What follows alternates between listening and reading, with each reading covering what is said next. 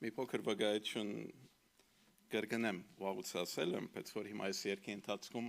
հիշեցի եւ ուզեցի որ թարմացնել, միգուցե ցեզանից շատերը որ չեն լսել, 2011 թիվն էր,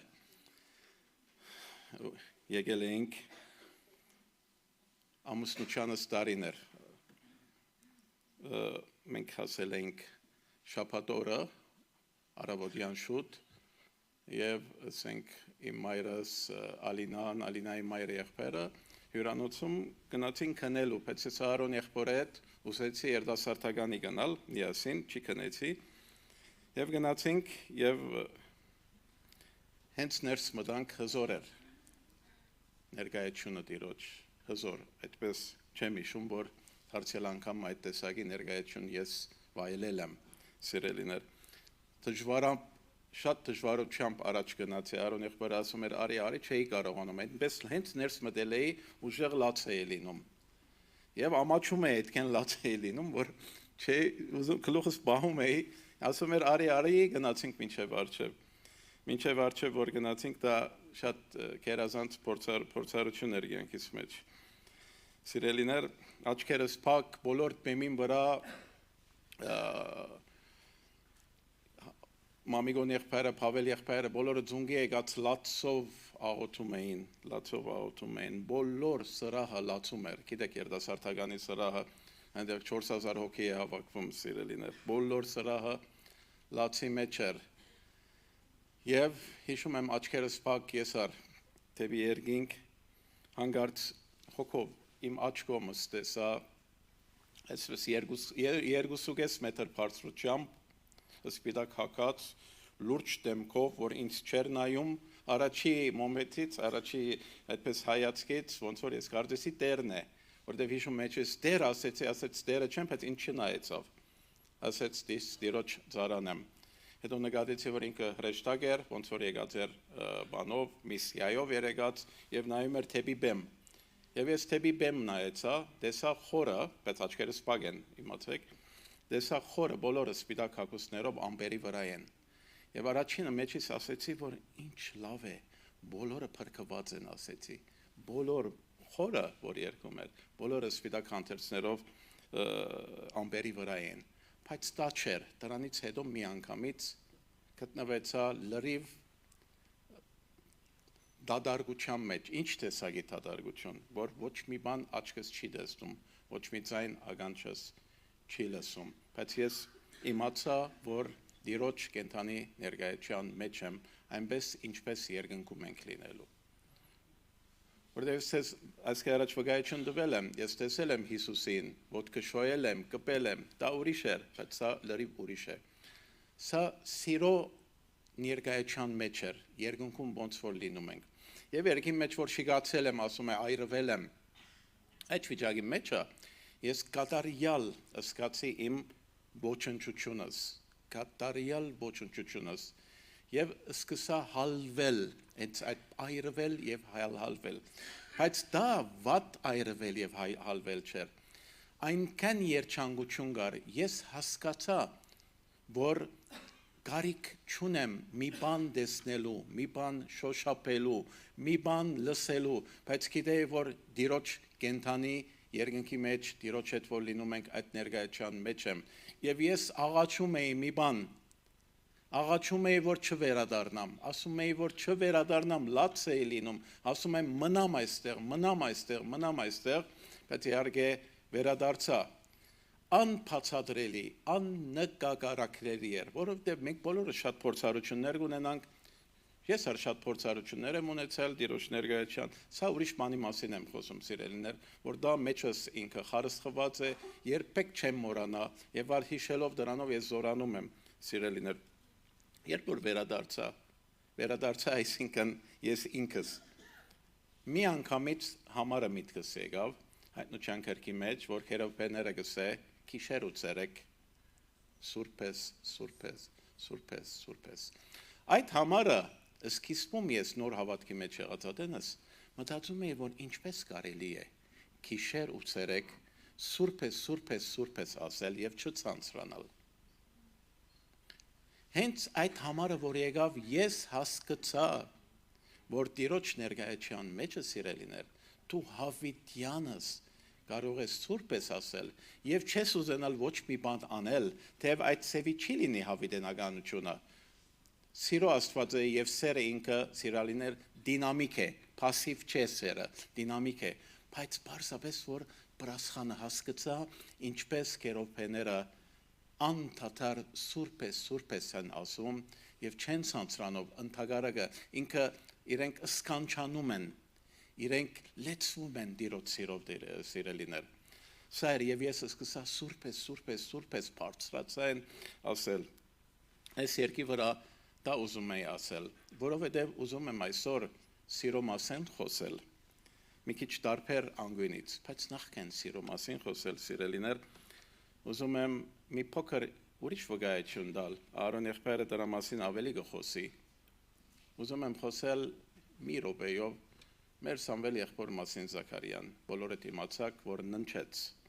3 Սամվել եղբայրը եպիսկոպոս, որ տեղյակ չէ, Սամվել եղբայրը ննչեց Տիրոջ մոտ գնաց։ Դրանից 2 օր առաջ Արոն եղբորը զանգեցի։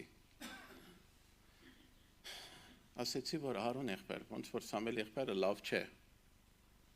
Մի հատ չայցելենք, այդպես չլինի, որ գնա եւ այցելա չի լինենք, իրենց տեսակ չի լինենք։ Թեև ես իր այդ մոդիկ չեմ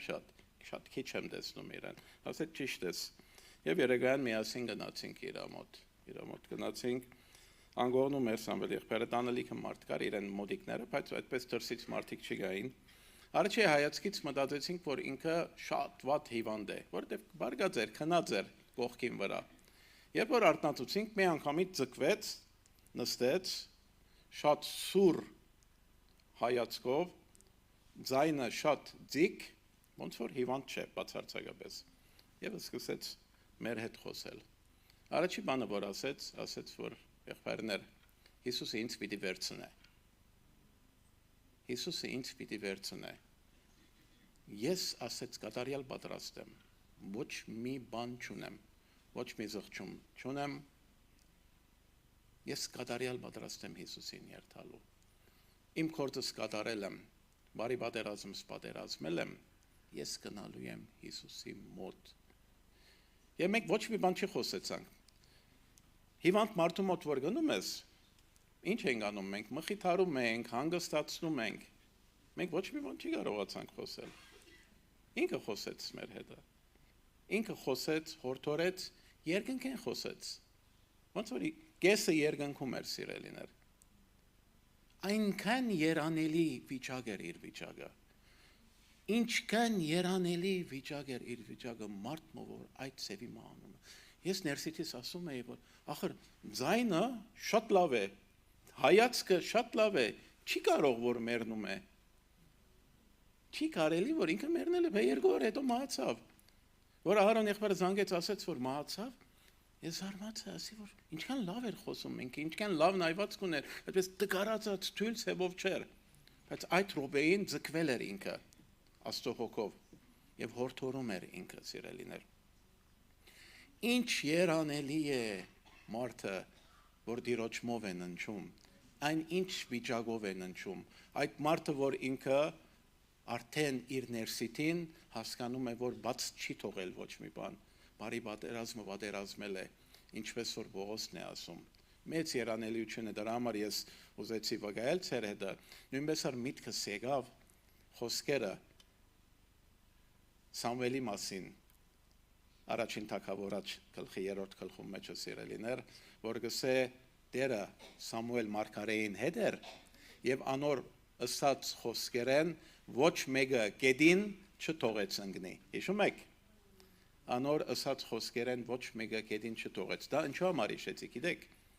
որտեղ ինքը ասեց, որ ես գնալու եմ Հիսուսի մոտ։ Բայց ասում եմ, որ առողջ չէ երևում։ Այսինքն ինքը ուզում էր գնալ եւ Տերը չուշացրեց, չդանչեց իրեն երկար։ 2 օր հետո վերցուց իրեն։ Իր այդ ասած խոսքը, ես ասի կարելի է չի գնաս։ Իրեն ասեցի, կարող է մնաս։ Բայց իր ասած խոսքը կետին չթողեց Տերը, որտեղ ինքը պատրաստ էր երթալու։ Ինչ երանելի է սիրելիներ այդ ծևի երթալ։ Ես ուզում եմ խոսքս, ուզում եմ չերգարել, բայց խոսքս վերնակրել սերը օրենքից վեր է։ Սերը ագապեի մասին ենք խոսում։ Աստվածաշունչը երբ որ խոսում է սեր, Աստված սեր է, դա խոսում է ագապեի մասին, սիրելիներ։ Ագապե սերը ինքնասեր սեր չէ, մարդկային սերը, ընկած մարդու սերը ինքնասեր է, ագապե սերը անցնուրած սեր է, դիմացինի արժանիքից կախված չէ, դրա համար ագապե սերը սիրում է մերձավորին, ոչ թե իր կնոջ երեխային մերձավորին, պատահական անձին, իր անձին պես եւ մի ավելի ար։ Եվ ավելի բարձր է Հիսուսի պես, որ նոր պատվիրանն է, հիշում եք սիրելիներ։ Ինչպես կարելի է սերը օրենքից վեր լինի, որովհետև Աստված սեր է ինքը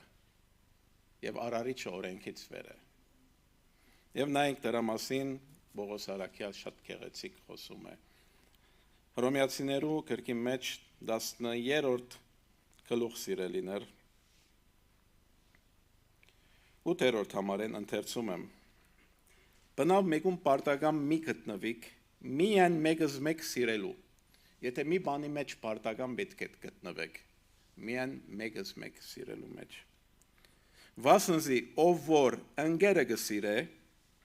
ընկեր բառը որ այստեղ գրված է, չի կարծեք որ ընկեր ու մտերիմդ, ընկեր բառը հունարենի մեջ պլեզիոն բառն է, որ կնշանակե մերձավոր, պատահական անձը քո կյանքիդ մեջ, այդ ընկեր բառը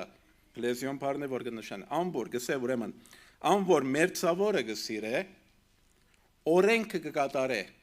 բոլոր օրենքը կկատարե։ Ինչու համար, վասնզի այն մի շնարը, մի սպաները, մի գողնարը,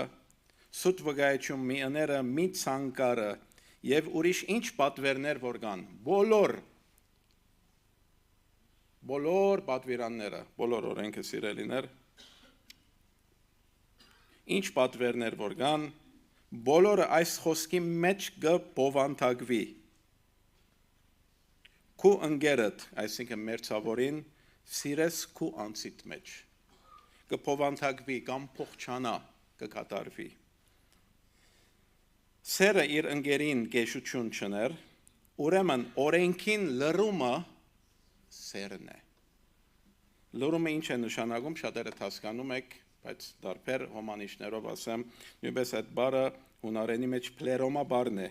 այսինքն օրենքին լիությունը, օրենքին ամբողջականությունը, օրենքին կատարելությունը սերն է սիրելիներ։ Այսինքն բոլոր պատվիրանները, որ Աստված փոխանցում է, դա նպատակ ունի սերը սիրելիներ։ Եվ սերը կատարում է, ամբողջացնում է։ Տարբեր համարով տեսնում ենք Գաղատացիներու 5-րդ գլուխ 14-րդ համարը, որ գսե բոլոր օրենքը այս մեկ խոսքի մեջ կամփոփվի։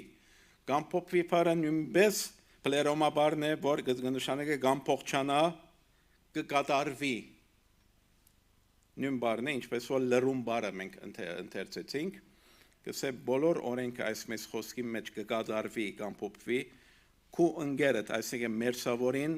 սիրես քու անձիդ մեջ, մերձավորին սիրես քու անձիդ պես սիրելիներ։ Եվ ես ցեզի ուզում եմ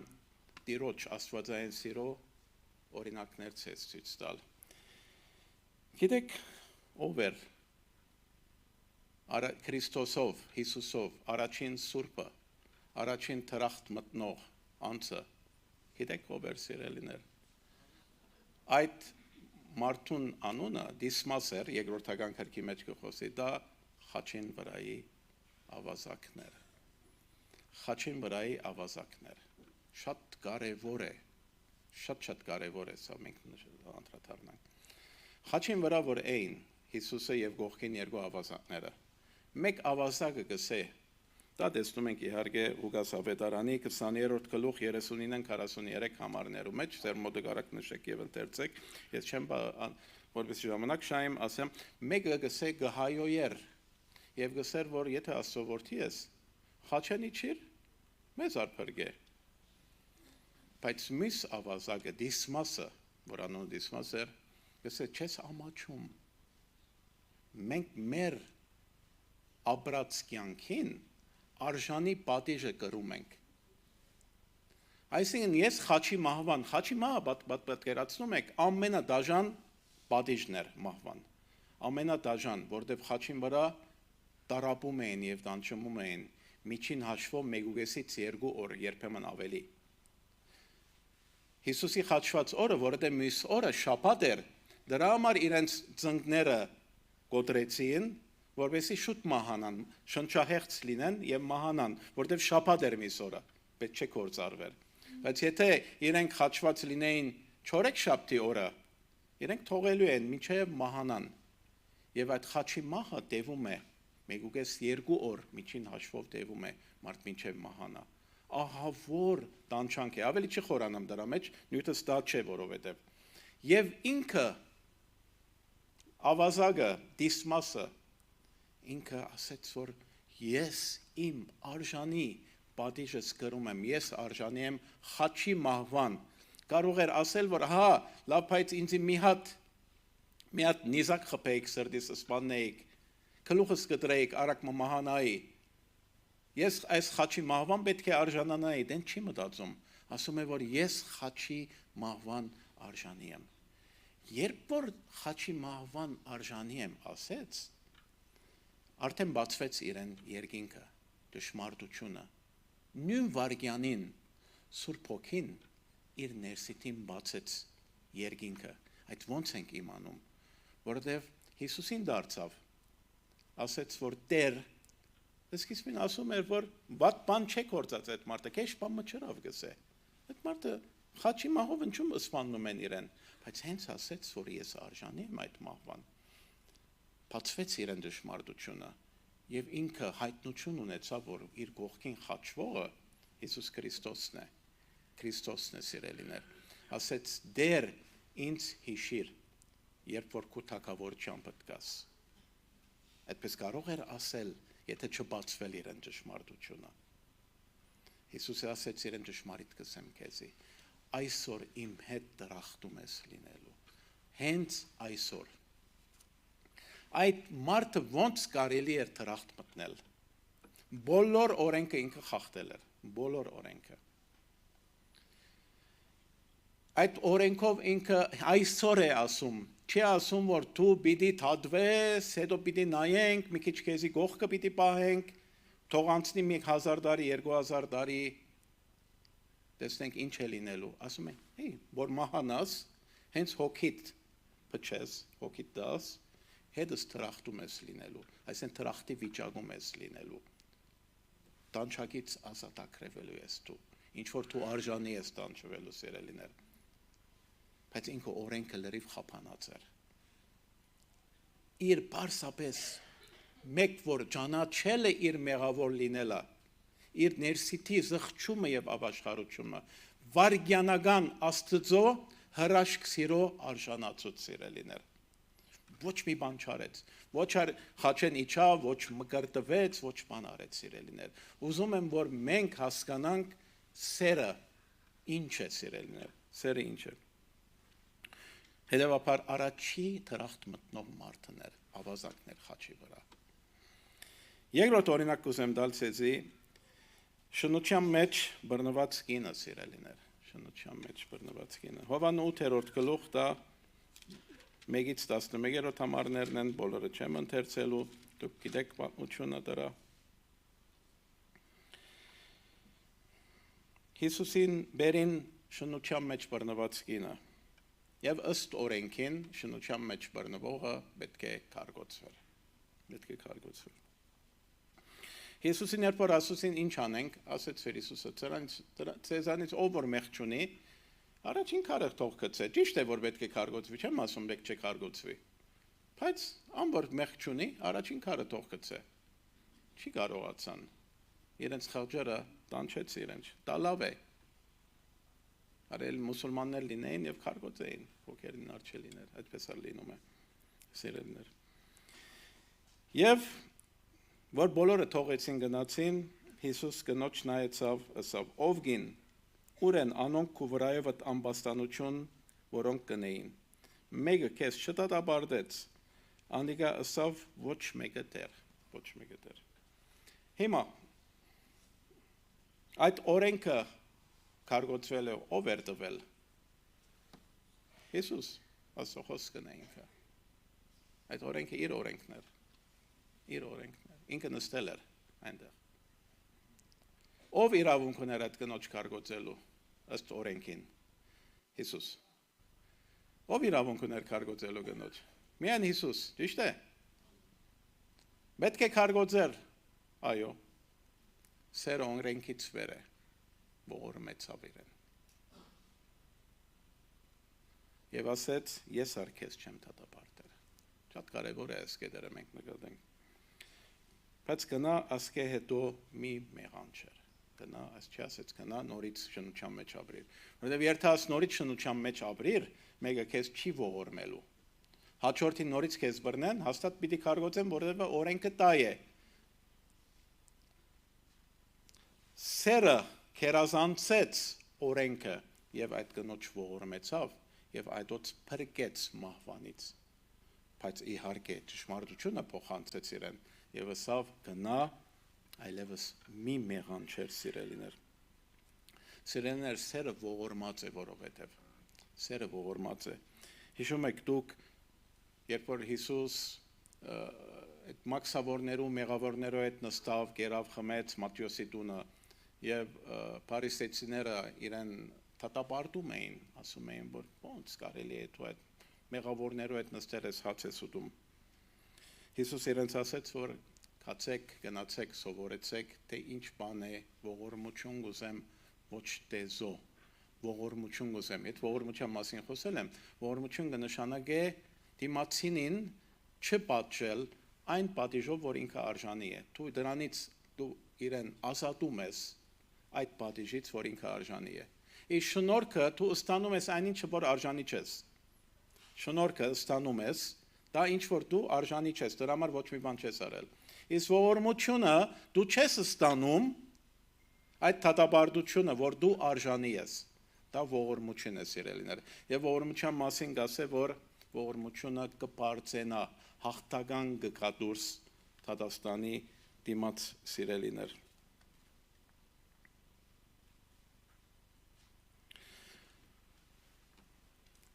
Սերը օրենքից վեր է։ Հետևաբար մեր բոլոր այս մեր հավաքույթները, մեր հոգևոր կյանքը,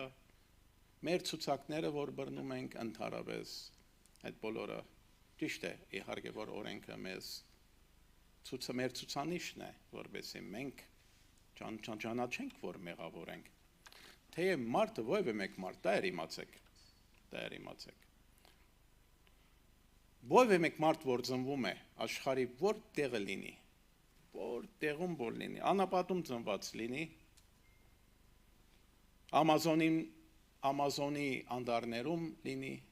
Աֆրիկայի անդարներում լինի, մարդը իր բնույթով, որ ինքնակիդագից է եւ ազատ կամք ունի, մարդու ներսիտին Աստված դրած է բնության օրենքը։ Մարդ չի գա, որ չի գիտեր, որ սուտ խոսիլը վատ է, որտեղ ան որ սուտ է խոսում, չի ուզում ոչ մեկը իրեն սուտ խոսի։ Դա պայման չէ, որ այս գիրքը կարդացած լինի, որ հասկանա սուտ խոսիլը վատ է։ Մարդ չի գա, որ չի գիտեր սպաննելը սխալ է, որտեղ ոչ մեկը չի ուզում իրեն սպաննե։ Մարդ չի գա, որ չի գիտեր գողանալը սխալ է, որտեղ չի ուզում, որ ոչ մեկը իրեն չգողանա։ Հետևաբար մարդ չի գա, որ Աստծո առջև գայնի եւ ասե, որ ես չէի գիտեր, որ գողանալը վատ բան է։ Աստված կասե, բա որ քեզ գողանում էին, ինչ է երանում։ Բա քեզ ստում էին, ինչ է երանում։ Հետևաբար ամեն մարդ իր իմացածով, որ իր ներսիտին կա բնության օրենքը, դրա համապատասխան կդատապարտվի։ Դա եմ ասում, սիրելիներ։ Իսկ սերը այս բոլորից վեր է։ Հետևաբար նպատակը Քրիստոսի քալուստին, որտեղ Քրիստոս, որովհետև սեր է, ինքը մարդացավ, սիրելիներ։ Այդ շատ խորը հայտնություն պետք է մեզի, որ հասկանանք, որ ինչ կնշանակե երկինք երկիրը ստեղծող Աստվածը մարդացավ։ Չմոռանաք, որ սիրելիներ Թադաստանի օրը այդ աթորին վրա, գահին վրա սպիտակ հայտնության քրքի մեջ որ տեսնում են Քրիստոս ինքն է նստել։ Չմոռանաք։ Եղբայրը քիչ առաջ ասում էր այդ հայր որդի խառնում են մարդիկ այդտեղ։ Չեն հասկանում, որ մենք երբ որ մահանանք Քրիստոսի առջև ենք կայնելու։ Ադյանը Քրիստոս ինքն է։ Գսե հայրը ոչ մեկուն չի դատում, բայց բոլոր Թադաստանը հանցնել է որդուն։ Եվ հետո շարունակում է, ինչ լավ խոսք է ասում։ Ասում է, որովհետև որդին, Աստծո որդին մարդո ալ է։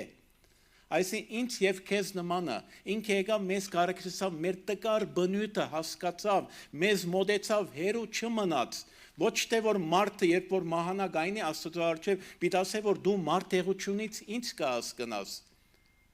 Դու հոգի ես, դու հզոր ես, դու իմ մարմինից մեջ չես գտնվել որ հասկանաս ինչքան դգար է իմ մարմինից, չի կարող ասել, որտեվ իր առջև գայնողը Թադաստանի թագավորը հավիտենական Հիսուս Քրիստոս է, որ ինքը մարդացավ ինձ եւ քեզ նման եւ ինչ արդար է ինձ եւ քեզ նման այդ մանուկը, որ Եսայի մարգարեության մեջ տեսնում ենք 9-րդ գլուխ,